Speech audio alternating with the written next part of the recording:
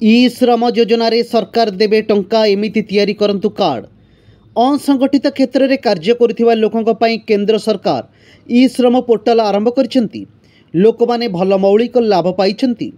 केंद्र सरकार यह आनुष्ठानिक क्षेत्र गुड़िकर लोकों पर कार्य करुछंती। एथिपाई एक योजना प्रस्तुत करा जायछि। समस्त क्षेत्र में लोकों पर सीधा सड़क लाभ दि जाउछि। जदि आपण एक असंगठित जिले में काम करती तेबे यार फायदा नेउथिबा व्यक्ति पाखरे एक ई श्रम कार्ड रहिबा उचित, जहाद्वारा आपण बहुत किछि लाभ पाई परिबे। ई श्रम कार्ड र योग्यता उपलब्ध 16 वर्ष रु 59 वर्ष मध्य जेकोसी व्यक्ति ईपीएफओ, ईएसआईसी एवं एनपीएस रो लाभ पाइबाकु चाहुसंती ई श्रम कार्ड पई आवेदन करि परिबे। ई श्रम कार्ड पई ऑनलाइन किपरि आवेदन करिवे?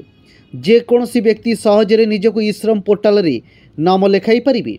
एथिपाई आधार, मोबाइल नंबर एवं बैंक सर्च करा जिवो। नाम लेखा संपूर्ण मागणा एवं एथिपाई सरकार कौनसी शुल्क आदाय करा जायनी। थरे आपणक विवरणी आधार माध्यम रे जांच होई गले आपण ई श्रम पोर्टाल रो नाम लेखाई परिबे।